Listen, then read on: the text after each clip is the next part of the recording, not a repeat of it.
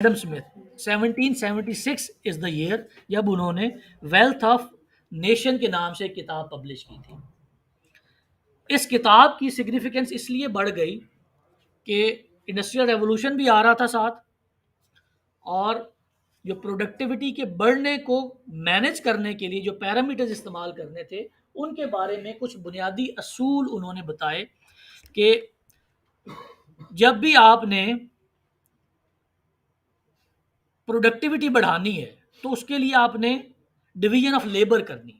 मिसाल के तौर पे अगर एक जूता बनाना है तो एक बंदा अगर उस पूरी सप्लाई चेन को मैनेज कर रहा होगा, तमाम काम वो खुद कर रहा होगा, तो उसकी प्रोडक्टिविटी कम होगी।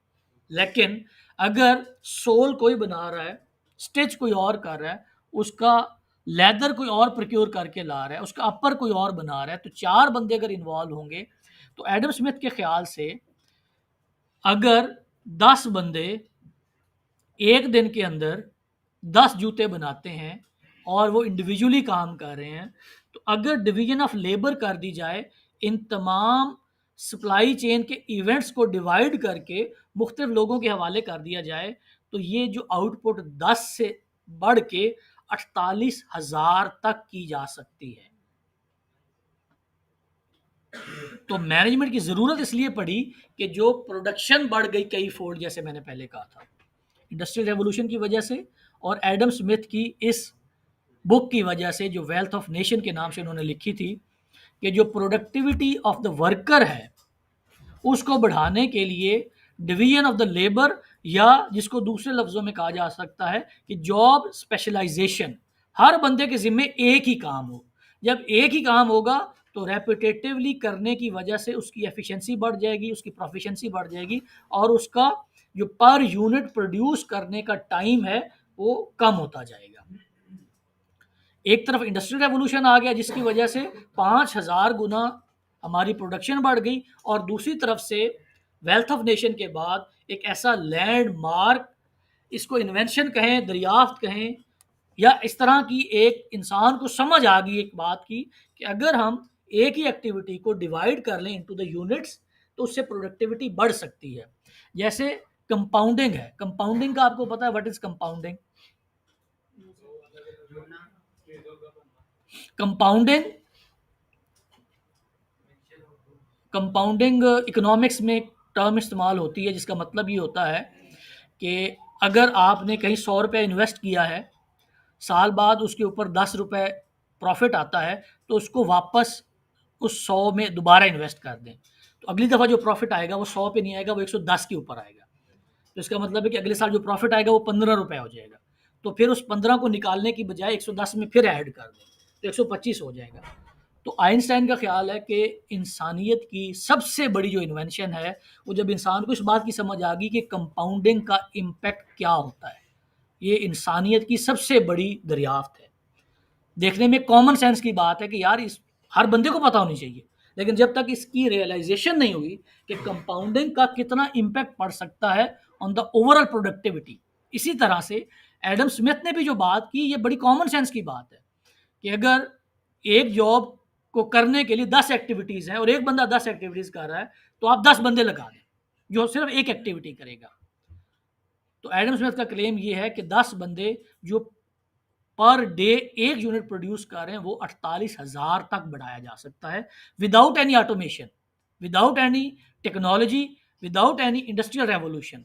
जस्ट जॉब स्पेशलाइजेशन कर दें, डिवीजन ऑफ लेबर कर दें, तो इससे प्रोडक्टिविटी बढ़ जाएगी।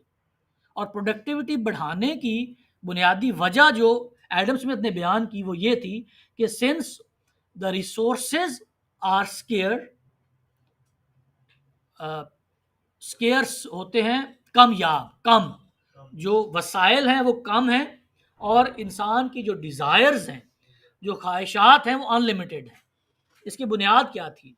डिवीजन ऑफ लेबर की बुनियाद ये थी कि दुनिया के अंदर मौजूद रिसोर्सेज लिमिटेड हैं और स्केयर्स हैं, कम हैं, लेकिन हमारी जो ख्वाहिशात हैं, इंसान की जो ख्वाहिशात हैं वो अनलिमिटेड हैं। तो इसके दरमियान ब्रिज कैसे किया जा सकता है? ज़ाहिर है अपने रिसोर्सेज को बढ़ा के, और रिसोर्सेज को बढ़ाने के लिए अपनी प्रोडक्टिविटी को बढ़ा के। तो जब भी आप मैनेजमेंट की हिस्ट्री के ऊपर बात करेंगे तो एडम स्मिथ का नाम आपने याद रखना है। पहली क्लास में भी मैंने ये कहा था कि ये कुछ ऐसे नाम हैं जो कि आपको याद होने चाहिए। अगर हिस्ट्री की बात की जाए मैनेजमेंट की तो आपको एडम स्मिथ का नाम याद होना चाहिए। वेल्थ ऑफ नेशन उसकी किताब का नाम था और 1776 में उसने लिखी थी। और अगर कोई आपसे टाइम लाइन बनवाता है हिस्ट्री ऑफ मैनेजमेंट की तो आपने टाइम लाइन के ऊपर जो पहला कट लगाना है वो 1776 पे लगाना है। जब से इंसान पैदा हुआ है, जब से इंसानियत वजूद में आई, उससे लेके 1776 तक का एक टाइम फ्रेम है जब इंसान एक तरह से सोचता है। और जैसे ही एडम स्मिथ ने ये किताब लिखी और इंसान को सोचने का एक नया नज़रिया दिया कि प्रोडक्टिविटी को बढ़ाने का क्या तरीका हो सकता है, डिवीजन ऑफ लेबर, और उसकी बुनियाद क्या है कि रिसोर्सेज आर लिमिटेड एंड जो हमारी ख्वाहिशात हैं वो अनलिमिटेड है। इसको ब्रिज करने के लिए you have to increase the productivity. और दूसरी तरफ इंडस्ट्रियल रेवोल्यूशन आ गया 18वीं सदी में। इंसान को ये पता चल गया कि एक पॉट के अंदर पानी गर्म हो रहा था, उसके ऊपर जो पड़ा हुआ ढकना था वो हिल रहा था। तो समवन रियलाइज्ड कि ये क्या कोई जिन है, कोई भूत है, ये क्यों हिला रहा है। तो भाप को एज ए एनर्जी का सोर्स इंसान ने समझ लिया कि ये जो भाप है इसके अंदर एक एनर्जी होती है, अगर हम इसको चैनलाइज कर सकें, इसको किसी स्ट्रक्चर के अंदर डाल सकें तो इसकी मदद से हम अपनी जो प्रोडक्टिविटी है, जो एफिशिएंसी है, उसको बढ़ा सकते हैं। बुनियाद ये थी इंडस्ट्रियल रेवोल्यूशन की कि जिससे ऑटोमेशन और एनर्जी और टेक्नोलॉजी बाद में जितनी भी डेवलप होती है उसकी बुनियाद ये थी कि भाप से हम एनर्जी ड्रॉ कर सकते हैं। Same is the case with fire कि आग से हम एनर्जी बना सकते हैं। तो इंडस्ट्रियल रेवोल्यूशन में क्या हुआ कि जो ह्यूमन पावर थी that was substitute by the machine power.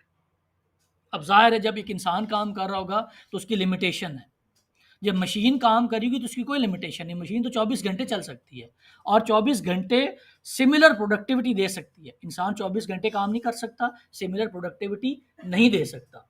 तो मैनेजमेंट की फील्ड के अंदर अब इन दोनों फैक्टर्स को आपने समझना है कि ये दोनों फैक्टर्स कंपेल कर रहे हैं, मजबूर कर रहे हैं हमें इंसानों को कि चीज़ों को मैनेज करने के लिए एक फील्ड बनाओ, एक स्पेसिफिक डिसिप्लिन बनाओ जो इन सारी डेवलपमेंट्स के होने की वजह से इंसान ने जो तरक्की की है, जो प्रोडक्टिविटी बढ़ी है, उसको मैनेज कर सके। एडम स्मिथ ने तो नहीं कहा कि मैनेजमेंट होनी चाहिए, उसने तो ये कहा कि प्रोडक्टिविटी कैसे बढ़ सकती है, कि इंसान की ख्वाहिशात बहुत ज़्यादा हैं, रिसोर्सेज कम हैं और डिवीजन ऑफ लेबर करो ताकि तुम्हारी प्रोडक्टिविटी बढ़ सके। इंडस्ट्रियल रेवोल्यूशन ये कह रहा है कि ह्यूमन पावर के अंदर एक लिमिटेशन है कि वो लॉन्गर पीरियड ऑफ टाइम पे मुसलसल प्रोडक्शन नहीं दे सकता और कंटिन्यूसली सेम पेस के ऊपर भी काम नहीं कर सकता, मशीन कर सकती है। तो ये दो ऐसे सिग्निफिकेंट लैंडमार्क इन्वेंशन इनको कह लें, इनको वाकयात कह लें, हिस्ट्री के अंदर होने वाली इन्वेंशंस कह लें या हिस्ट्री के इवेंट्स कह लें, जिनको इंसान के ऊपर इम्पैक्ट ऐसे पड़ा कि वो मजबूर हो गया कि वो अब मैनेजमेंट के बारे में सोचे। मैनेजमेंट का नाम नहीं इस्तेमाल कर रहा लेकिन चीज़ों को ऑर्गेनाइज करे इन वन वे और दी अदर। तो ये हमें हिस्टोरिकल जो बैकग्राउंड है मैनेजमेंट का, उसके दो ऐसे फैक्टर्स हैं जो कि कंट्रीब्यूट किए जिसकी वजह से मैनेजमेंट का फील्ड बना।